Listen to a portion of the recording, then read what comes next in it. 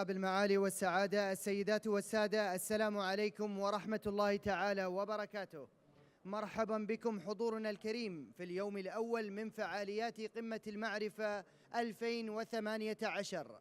نفتتح جلسات مصنع المعرفة بجلسة تحمل عنوان استشراف مستقبل المعرفة، ويتحدث فيها كل من البروفيسور لايف أدفنسون أستاذ رأس المال المعرفي في جامعة لوند السويد، والبروفيسور لورانت بروبست مدير وحدة البحث والتطوير في PwC، والبروفيسور جان ستورسون مؤسس شركة تراستنج للاستشارات. وتدير الجلسة يمنى نوفل مؤسسة برامج ومراسلة تلفزيونية. يستحقون التحية. So good morning and welcome to our session, The Future of the Knowledge Model. My name is Yumna Naufal and I am a media consultant from Beirut. So technology has swept our world off its feet. The arrival of the fourth industrial revolution has spelled out the arrival of advancement in robotics, virtual reality, cloud technology, AI, and that is just to name a few. So how are we adapting to these changes in our economic, cultural, and social spheres? How do we prepare the younger generation to become part of knowledge societies? And what does the future of the knowledge model look like? In this rapidly changing world, knowledge is its currency. I once read somewhere that knowledge differs from other resources because it doesn't stop. It opens the door to more discoveries. And the interconnected world that we live in, it is by utilizing that knowledge for prosperity that we build a future able to adapt and progress. So with us today, I'm proud to re-welcome again, after last year, 3 experts in their fields. I'm going to start with Professor Leif Edvinsson, sitting in the middle there, a key pioneering contributor to the theory and practice of intellectual capital and a senior advisor to the UNDP project on the Global Knowledge Index. He is the leading world expert on knowledge management and intellectual capital. In 1998, Leif was granted the prestigious Brain of the Year award, while Bill Gates and Paul McCartney were also nominated that year. Ladies and gentlemen, please welcome Professor Leif Edvinsson. Thank you. To his left is Professor Laurent Probst. I hope I'm saying this right. Yeah. He's a partner at PricewaterhouseCoopers, Luxembourg, and the global network leader of the regional innovation ecosystem. After having developed a research center in investment management, he has been specialized over the past 15 years in economic development initiatives and clusters for governments and regions and high-growth technology companies. Welcome, Laurent. And last but not least, to my left, Professor Jan Stewartson, founder of Resting Advice from the Future and International Senior Advisor for Governments on Innovation, Leadership, and Corporate Governance. He is also the Senior Knowledge Advisor on Strategic Development regarding the Smart Cities and Future of Society projects in Sweden, Norway, and Brazil. Please welcome Jan Stewartson. And I want to start by opening it to the floor. We talk about this knowledge model. So what does our audience need to know about the knowledge model? How do we introduce it? Whoever wants to take this one.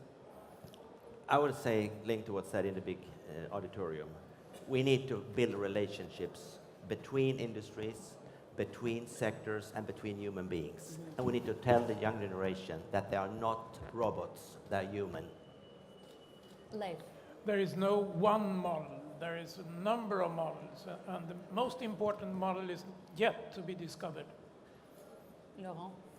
We have new fields of knowledge, we have new frontiers, new actors, new rules.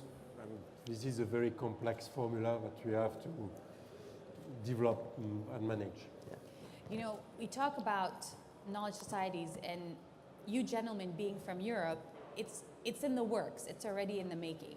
The Arab world is a little bit lagging behind, and now we're building the next generation to have the right skills to meet these knowledge societies. Mm-hmm. How can the Arab world move faster, you think? I think they can leapfrog by using new technology, for example, social media, real-time data, instead of just figuring out what happened 10 or 2 years before. Yes. And draw conclusions, to come from the history to the present. Yes. And in that space, start to jump into the future based upon what Europe has been doing up to now and accelerate. Well, do you want to tell us what Europe has been doing? I know you have a presentation for us a little bit that Why I want not? to hear about. All right, let's Okay, go. let's go. So let's do it. And I would say it's a great honor and a privilege to be here and address you this morning. And future knowledge model. And I will try to use my 13 minutes good as I can. Take off the watch. And I think I would like to go say, first to the future wins. The way is to capture knowledge, to innovate, and to take a bold step together with those who live before us, living right now, and understand more. Sometimes we say, I don't understand. If you say so, great. That's the best thing can happen. I don't understand. Let's try to understand it next, together with other people who understands a different perspective on that type of knowledge. Because knowledge of the same kind detracts as magnets, but knowledge of different kinds attracts as magnets. So that is a thing of looking into this. So I would say let's go and tell about what did the report about the Assessing the Future of Knowledge, which is a UNDP project connected to MBRF for many years, but now we've got the third report up and flying. It's to better understand today's strong and weak signals. That's the question. How do we capture weak signals, including the tacit knowledge which is out there? How do we analyze this in real-time data associated with these new words Laurent will speak about: artificial intelligence, cybersecurity, blockchain, biotechnology, and future of skills? Do people talk about this today? If not, they have a problem. If I talk about it big time, I have an advantage into the future because they're on the stage already. And to accelerate the development, helping country leaders to benchmark and to bench learn as the soft things, not the hard things. It's not a hardware, it's a software. Or maybe Professor Edwardson will talk about mindware as the real interesting thing. But this is the purpose with the report. The objective is to conceptualize future knowledge. It's to move from primary old statistics to new statistics, from input indicators to impact indicators. It's quite different. It's to evaluate the 20 most selected countries in Europe and see what can we learn, as was said by our moderator, what can we learn today from those, and how do we compare the Arabic world with UAE taking a real good position in that situation, being number one, maybe coming first to the future in the Arabic world, question mark, exclamation mark, I think. So, and also encourage business leaders to do things in between spaces and shape and energize people as yourself about what should we do, how should we look upon knowledge. So I think I would say there's a new knowledge society in the making. And this is about going from knowledge to wisdom. That's very important. Applying something, understanding, and taking a step. And it's about knowledge. It's not limited to education. Knowledge develops out of human flow. So it's not slow motion, because we said acceleration. So it's flow motion. Knowledge is flow motion strategy, right? So we have human flow out of creativity and innovation, relationship-based. We're talking, we're sitting together, we're figuring out things, we have expectations, we perceive futures, we analyze, we interpret, but we do it as human beings based upon what? On trust. Without trust, no knowledge society, period. And the knowledge space is in between. In between what? Between human beings, between industries, sectors, functions, issues, and maybe today we will hear about different perspectives. Cross-pollinating is the key word. Cross-pollinating. So, Laurent said it's a very complex formula.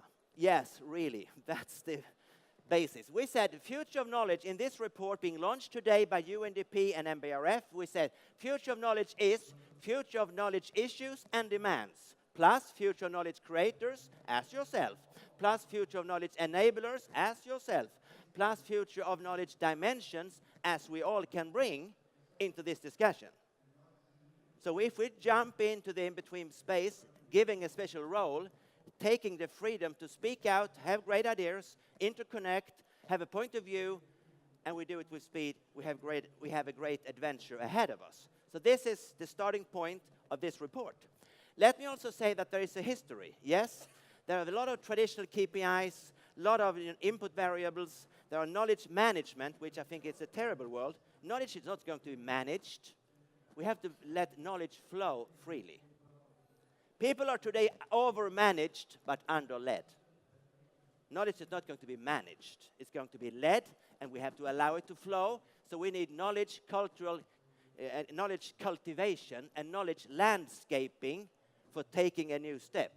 We also see we have had a research focus, proactiveness, standardization, ignorance, and knowledge of low volatility. That's the history, right? Here we go to today. New indicators. Laurent will speak about those. Very interesting stuff and very important for us. Now we talk about knowledge leadership. And we talk about quality, not quantity of data. We talk about real time on social media, not historical archaeological findings 10 years ago. Who would like to read the annual report based on 3 years old statistics? No one, because it's archaeology. We're talking about futurology as the speaker in the plenary session. So foresearch, approach, and knowing. So we're going from knowledge to knowing, and now listen well, to the unknown. If we start to focus on the unknown, we can really do explorations. So this is the reactive spirit, non-standardization, intelligence, knowing, and increased volatility. And how about then? Yes, social media is a thing. Because that is happening now. And the future is coming in 15 seconds. I learned from the Professor Edvinson, it starts in 15 seconds. Every future starts in 15 seconds. How about that? Integration of position. This is my position. This is my direction. This is my speed. It's 3 different things. 3 different things. How do we capture knowledge position, direction, and speed? And it's the knowledge flow, it's machine learning, I/O, it's imagination of unknown futures, and it's about the higher volatility, increased density of knowledge, increased friction, but we try to get it low, and it's a higher frequency. We speed up. Having said that, we heard about these dimensions. There's a lot of problems with this because it's accelerating so fast. But the point is, how can we then say, using all this new technology, and EU speaks about the KETS, key enabling technologies, accelerating the knowledge society, and that's important to tap into. And we see that these different revolutions or evolutions move faster and faster, which means we go from energy, horsepower, to manpower, to brain power, to computer power, and maybe to the 5th coming revolution or evolution, health power, well-being machines and bioneurology robots. It's not future even, it's really happening today. So again, it's accelerating, but the point is, Internet of Things, Internet of People, Internet of Everything is here, and we need to make sure that we get the right governance. We need to base it on the right values, not being captured by things. You have a question? Thank you. It's interesting that you said that knowledge should not be managed. Yeah. It should be led. Yeah. And you know, we have this plethora, this overabundance of knowledge today. Yeah. But there has to be a way not to control it, but how do you stay up to date when you're saying we have to let it flow? Mm-hmm. There's a contradiction there, because how do you let it flow, but at the same time take advantage of it and be part of it with some form of control? Yeah. Of course. I mean, every painting needs a frame. Right. But a painting without a frame is just, being blurred. We need to create a governance models, and we need insights and thought structures. Right, but to create a governance model, yes. Is it country by country, depending on each country, or is it like you're talking about a global phenomenon? Well, countries are important on the regulatory side, but they have to be interconnected, linked to the global knowledge society, but they need also to allow the freedom to spread the knowledge, to let the freedom to innovate and to disrupt and to speak, and I would say it's about people serving society. It's not about society serving people. It's mutual. It's both ends. And that is a very humbling attitude of listening before acting. I want to bring this back to the Arab world, but I know that, Laurent, I think you're going to be talking about specifics. Are we mentioning blockchain and biotechnology as well? Because I know people keep talking about this, and I think he started it very well by saying it's okay to say we don't understand. There's so much we need to know. Yes. So please enlighten us. So Okay. Is it done or? Can I end for 2 Oh, minutes? yes, please. Yeah, great. So I would like to say, linked with what was said, that we talk about these as the kind of, we extrapolate trends. Question is, should we do that? Should we extrapolate trends in a linear way, or should we say future is what? Future is creating value in a value star. It's not a value chain, it's a value star, it's a value loop, it's a value web. That's different. And this is what we have in a star: customers, suppliers, collaboration partners, suppliers, and competitors. And this is the model. It goes right back and forth. That's the model. It's not a value chain. And then we can add to this government, incubators, university companies, not-for-profit, hybrid organizations, and innovation centers, future centers, and living labs, and you can go on and on and on. That's reality. Having said that, there are 4 systems of ecosystems: customer solution, operational, people, and technology. That's what we will hear more about. And I will end with saying we should go into the human area, and we should have an ability and an aspiration to work with wisdom and skills by experience. We should not be machines, we should be humans, we should interact with the machines, we should tell them what to do. And last year here, I met this lady. No, she's not a lady, she's a machine. She called herself Sophia, but she's still a machine. She's a machine lady. It's machine lady, that's very dangerous. So I'm saying we need to find a way to talk about machine focus, human focus, explicit and tacit knowledge of AI, and how do we work together. And then it's just saying, this is what I think. Tangible to intangibles, explicit to knowledge, from mapping to navigation, from industry to ecosystems, from knowledge to wisdom, from general education to personal skills, and finally, from financial capital to intellectual capital, from full scale to rapid prototyping, test bedding, experimenting, and jamming, from doing to orchestration, from best practice to best option, from answers to questions, and from technology focus to now include the issue of future of values. Without values, we have no future. Let's create great values, a great future. Thank you very much. Thank you, Jan. Thank you for that. Laurent, I know you want to add to that as well, going a little bit deeper before we bring it back home with life and talk about the human aspect, which I want to do with you. Yeah, many thanks. So I will come back to, I think the question of blockchain is a very good question, because how can we measure today the development of knowledge on blockchain with a current statistical system? It's not possible. It's not possible. Even in Europe, where we have a quite developed statistical system, the EU statistical system cannot cope with a measurement of such rapid technological evolution or societal innovation. So the key point today, I think perhaps I would ask to put the presentation on, if it's possible. Thank you. It's I would say, a kind of an innovative project, a pilot project, to measure the development of knowledge on 20 countries. And we selected really these countries with UNDP in a very, I would say, open way, in order to get different kind of developments of country, and also to get also the best environment also in our benchmark. And the objective was to get real-time data, meaning that we were able to collect data which are just 2 months old. And we will release this report today. And I would like first to thank you, the UNDP team, and also Virginie for all the work done over the last 2 weeks, and Anthony to make it live today. It was a real outstanding work, and you will show some example right now. So the key point was to build first a model. How are we going to measure this? And what will be the key drivers? So we started to develop a conceptual model where we discussed and we defined some future fields of knowledge. And we selected 4 ones at the beginning, which are technology-related fields. So we have artificial intelligence, blockchains, biotech, and cybersecurity. We consider that these 4 key technologies will be highly strategic for any country for tomorrow. And we also consider that future skills will be also a key area of discussions, a key strategic topic for any government. And here we are at a, I would say, country level. We are talking at a country level.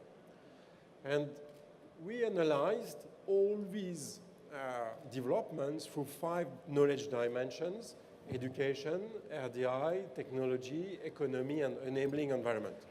So to make it concrete, if a university in a country has, for instance, a new master or a new curriculum in artificial intelligence, you will find it in the first box here on education. You will find here education and artificial. You will find this curriculum here. So this is very concrete through the collection of data through social networks. So we are using a platform which is called TalkWalker, collecting 150 million public sources in over 180 languages. We are working with 2 metrics: the number of mentions and the number of engagements, the level of engagements. We are working in 15 languages, and we have very complex queries translated into these languages. And at the end, we had, over a 1-year period of measurement, September 2017, September 2018, we have 4.8 million of mentions collected in this analysis. Just to show you an example, on the left you have, for instance, for artificial intelligence, the number of mentions, consolidated number over this period, September 2017 up to September 2018. And on the right side, you have a level of engagement. So when you share an article online, you have someone mentioning into a post on LinkedIn or Twitter. This will be demonstrated in the level of engagement. And you can see here some concrete examples when Google, for instance, publish the availability of real-time translation for airbirds, or where we have, I would say, the new Sophia, the robot, becomes first a humanoid Saudi citizens. You see the peak, and all these data events were collected. And that's why this is very interesting, because we can go back to any individual contribution. So if you were, during this period, if you were contributing in one of the countries into these topics, you are in. You are in this net. So we developed, I would say, 6 main indices, and future skills readiness index, 4 technology readiness indices, and a global technology readiness index. You will find all the details of a methodology into the report. What about the key findings? The first very interesting finding is that we don't have the same level of communication, of contribution per country. And we have regrouped, I would say, this into 3 clusters. The first cluster is we have a set of countries with a number of unique offers below 1,500 unique offers per million internet users, with Saudi Arabia, Chile, Brazil, up to Tanzania with only 152 unique offers. And we are on the right side, I would say, the top performers above 3,000 unique offers per million internet users with the US, Netherlands, Finland, and Switzerland, for instance. So this is important to understand, because we don't have, I would say, clearly the same intensity, the same spread of communication by country. Now, if you look at the first results on blockchain, so you will find the details of all these figures into the report. You can see the top performers. It's not a surprise. Singapore, we have a very, very active blockchain strategy involving all the governments, the education, the economy, the financial regulator. That's why Singapore appears to be on the top line, followed by some other key countries. Not a surprise. What is interesting to see is that blockchain is already a topic which is already into the economic discussions. It's before being into research and development, it's already into the economic stakeholders. So it's already live. And there is a lot of discussions on some key topics, for instance, on cryptocurrencies, on security, on regulations on this topic. So we can understand through a more detailed analysis what are we talking exactly about, who are the authors, and how to shape future knowledge, future skills about it. And also it's interesting to see that we can see the good results of UAE on this blockchain dimension, and given also the active strategy of UAE on this topic. If you go on artificial intelligence, you will find also the same kind of performer, but we can see a different kind of conclusions. For instance, we can see the importance of having effective network for the exchange of information, which is key to create new knowledge, as Jan mentioned about really the relationships and the importance of the flow of knowledge. Debates and discussions are also about what is the social cost of artificial intelligence. This is a common topic among all the countries, and you can see that most of the countries are talking about it, and this is a good point. Again, UAE is quite well positioned into these discussions. I'm going fast about it because it's repetitive.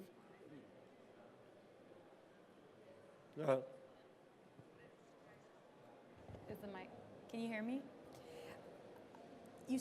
I want to mention this before you finish. You mentioned the importance of the future skills and having that, please.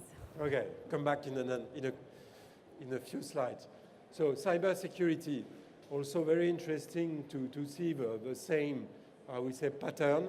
Okay, we see on technology, digital technology, the same pattern of top performers.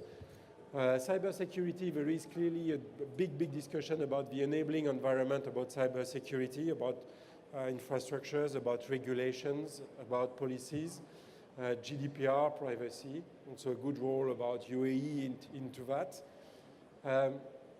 And biotechnology is a different pattern.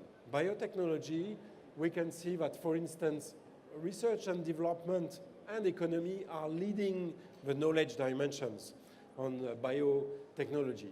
And these discussions, these debates are about the new inventions, like, for instance, CRISPR applications or CRISPR inventions, or about fighting against diseases, or about ethics of biotechnology applications. And I can tell you that if you pick up what's going on now with the new, I would say, the twin with gene editions, what's going on in China, that will be a big point.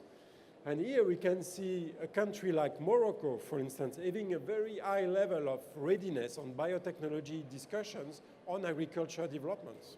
So this is very interesting to pick and to see that in that case, they have a kind of a mature discussions on it and involving all the dimensions, research and development, education, economy, or technology.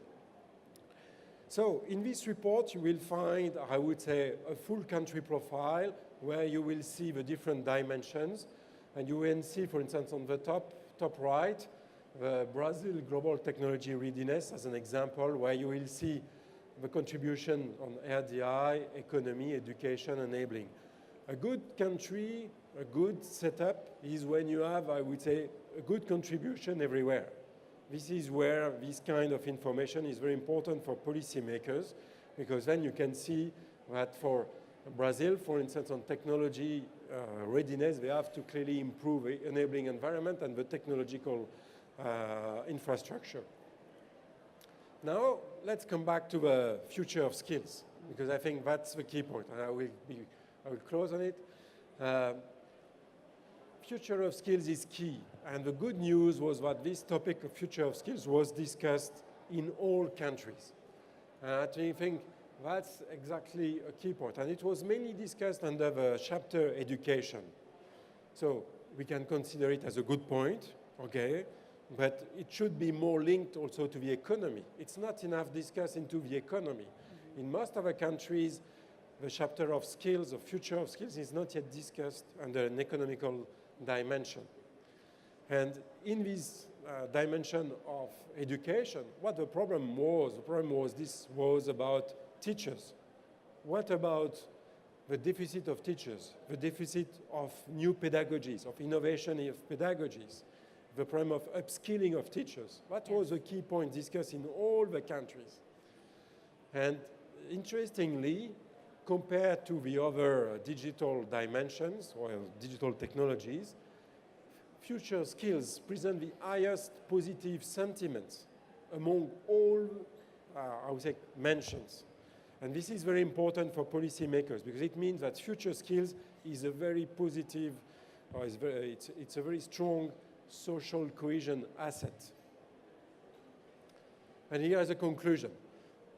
Clearly, the good news about it, and we didn't know what we will find into that, but the very good point is that all countries, whatever their level of development, they are talking about the future of knowledge and they are talking about key topics. So that's a key point. These methods show really that it's reliable, up-to-date, robust methodology to capture new fields for the society and for policymakers. Then we can see that also RDI and science, as well as economy and education, are driving. But it's not enough. We should also have more discussions on enabling environment and on technology. Dialogue. And I think these signals are preparing the future of knowledge. Now it's clear that this has to be turned into actions. From this information, we should turn that into policies, into actions, into investments, and into knowledge. Thank you very much. Thank you. Thank you. It's so interesting because after a PowerPoint, I have more questions than I did before. But I know, but we don't have all the time in the world, unfortunately. But Leif, it's interesting because, building on what he said, and I know we were speaking about this a little bit before the panel, he mentioned, how education is shifting and how we talk about changing the paradigm of knowledge. And, people fearing that with how fast it's going, we can't keep up. And the human aspect, which Jan mentioned, is diminishing. But he's saying it's not going to go away completely. It just needs to shift. So can we shed light on that shift and, how we can all bring it together? I'll try. Yes. Is this one? And thank you, Laurent, for that. Yeah. So to address what you and I was asking, these are the two major dimensions of future of knowledge that we are coming to. But first of all, I would like to say happy Wednesday to you. No reaction. Isn't it a happy Wednesday? Did you all have your coffee this morning? And that is a sentiment. The sentiment of the future. So keep up with the spirit of the future. And we are going to see a few slides in 12 minutes. These are the two major dimensions for you to learn more about. One is going inside. How many kilos of cells do you lose every day? How much is it? Jan, how many cells do you lose per day? 10 kilos. Roughly 1 kilo. And this hand wasn't here 5 years ago. It's a continuous renewal. This is totally new, almost brand new. But we still regard it as a 70-year-old hand, but it is not. The second dimension, how much of space do we know? Laurent? Very few. Yeah.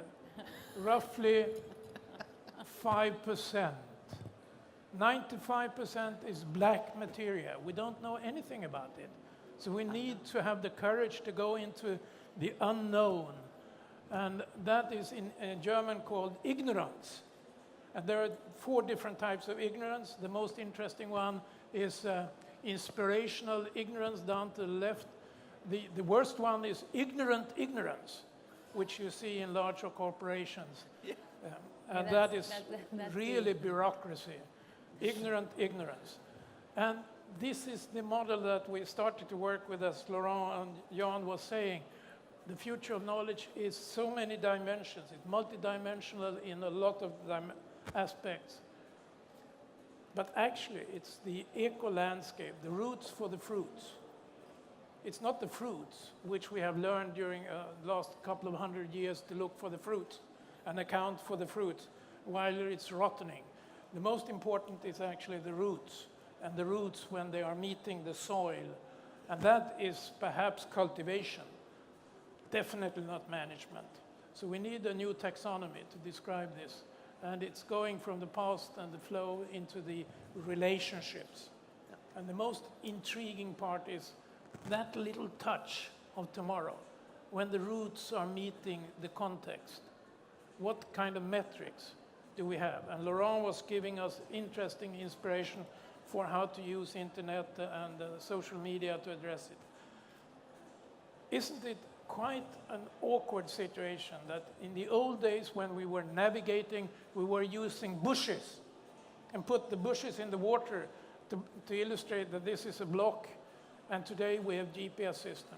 In the enterprises and society, we don't have that yet. We are still using the bush metaphor to administer and create more bureaucracy rather than having a GPS, a geopolitical system.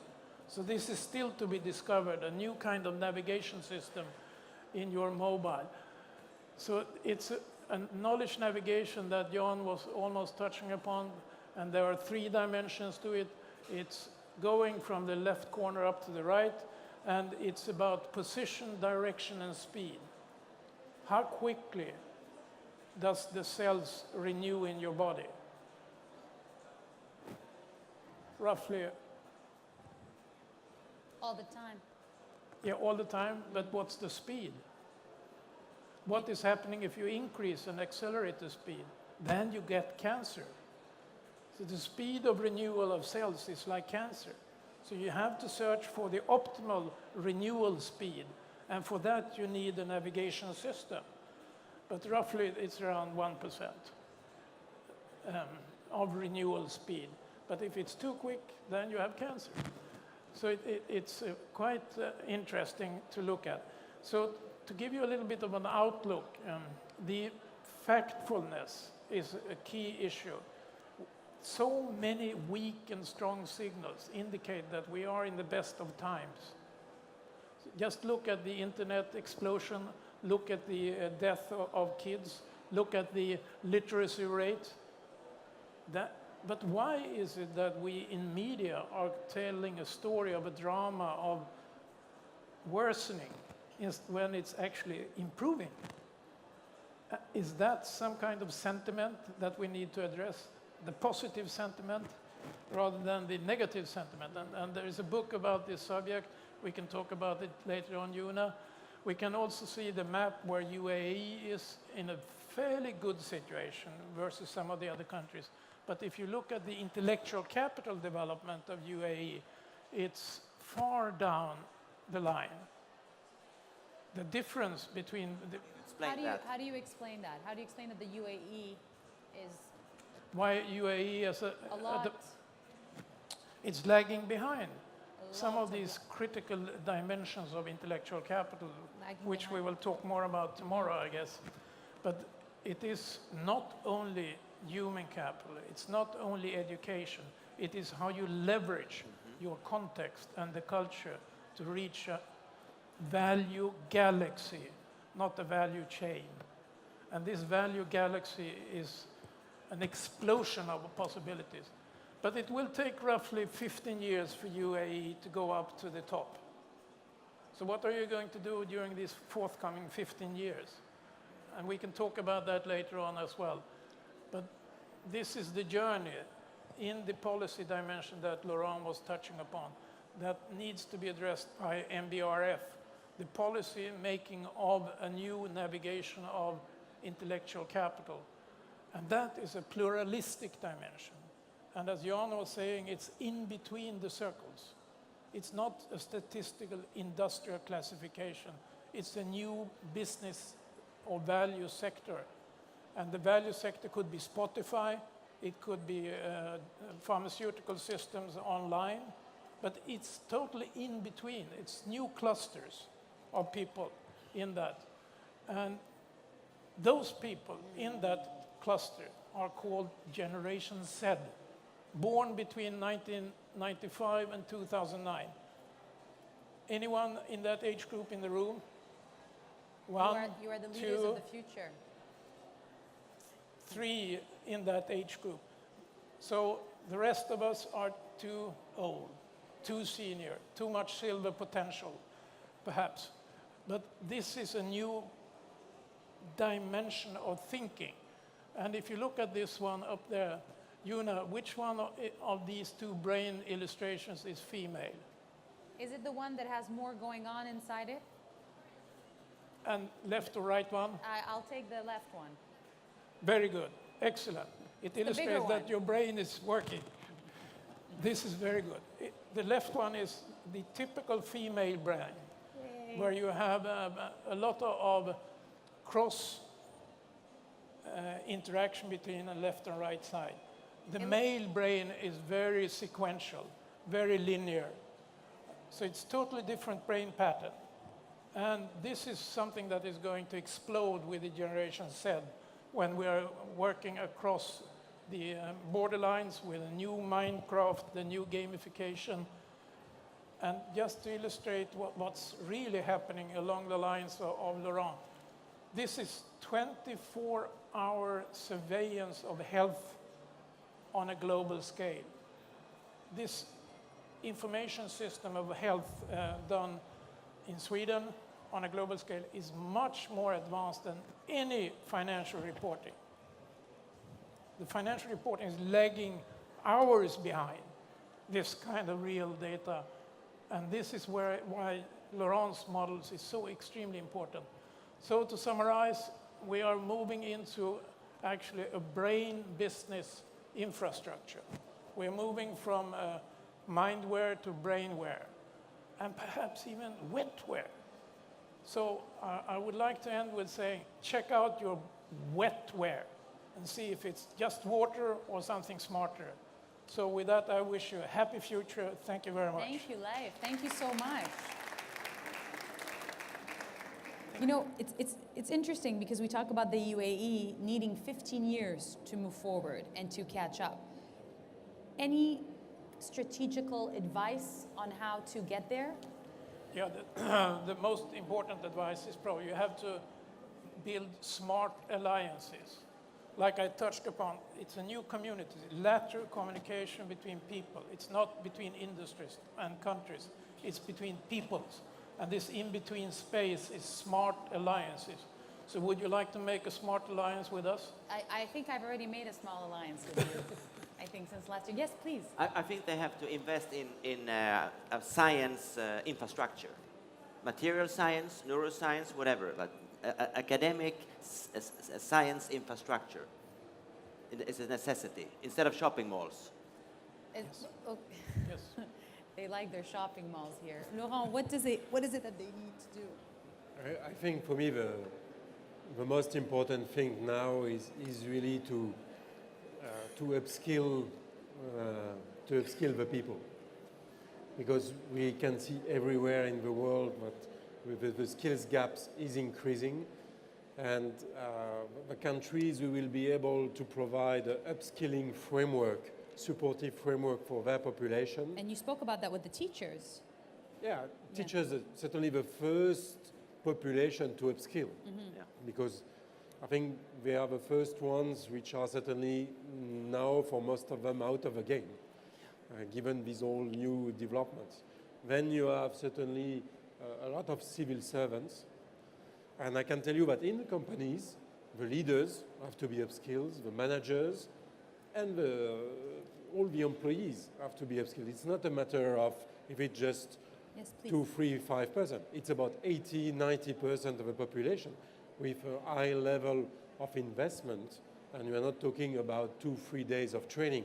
We are talking about lifelong 300, training also, 500 hours of training, like clearly a big jump into a new skill, new knowledge to catch up with what's going on.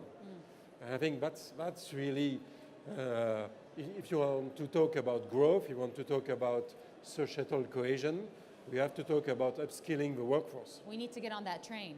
You need to get on that train. And there will be soon the countries which are, I think we can clearly say that as an analogy with company. If you take, for instance, Kodak, they did not take Kodak, the train, they're out. It's a company. But tomorrow, we will see that for countries. If a country does not take the train of these technologies, does not upskill their workforce, Yes. they will be out as a country. That will be a big, big issue. And I was talking to this about to life. I was saying that it's scary and it's exciting at the same time. But it's kind of, you get this feeling that if you're not on it or if you're not in the know, you're behind very, very quickly. Yes. Because the speed of it is insane. Yes. And the, am I on right now? Yeah. The future starts in 14 seconds. 14. So if you're not jumping, not on the train, but you're jumping on the internet, you're jumping into the social media, you're jumping into Facebook. And as we know, Facebook is on its way out. What is coming instead? Just look at your wetware and you will find that there is something around the corner that is going to give you the insights like a library. Or Facebook updating itself. I mean, Mark Zuckerberg is on it. Hopefully you are, but the big potential that you picked up on was also the female brain. Yes. The female brain is actually Very much more powerful. equipped Very. for the future than the male brain. Isn't that interesting? Thank you so much. A- Yay to all the females here, right?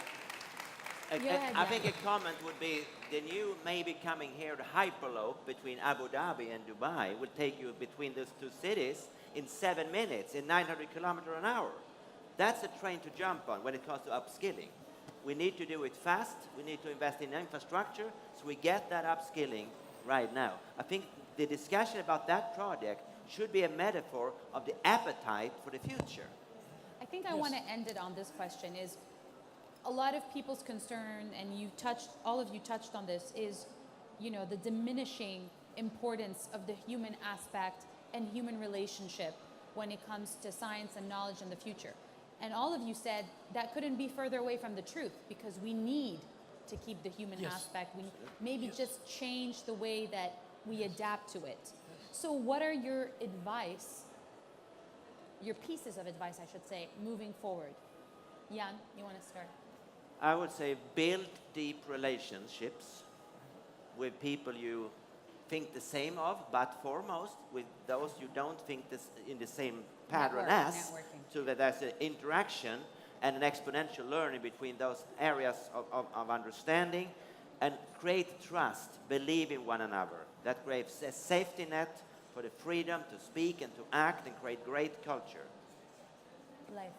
Well, as we touched upon, only 3 persons in this room is Generation Z. So the future is not in the room. But the beauty of it is actually the combination of generations. So we need to have new smart alliances with young people, but don't hire them. Invite them for new types of chaos management approach. Gig economy is a word for it. Employment is of the past. And that's why the statistical trap is showing the unemployment instead of showing the future potential of females, as we said. So network, build smart alliances with the younger generation, Generation Z, the geek generation. Laurent? I think one of the key points is to invest into teaching pedagogies, new innovative teaching pedagogies to be able to learn fast. And that would be a key point. To learn effectively then. To Learn effectively and learn to learn. I want to just finish on a quote by His Highness Sheikh Mohammed bin Rashid Al Maktoum. It's out there, but I loved it and I took a picture of it. He said, "The youth should be equipped with science and knowledge as they are the sole, constant, and dominant weapons in this life and in moving forward." So thank you to the Knowledge Summit for having us, and a big thank you and a round of applause to our panelists. It was great having you, and thank you all for being here today. Thank you. Thank you.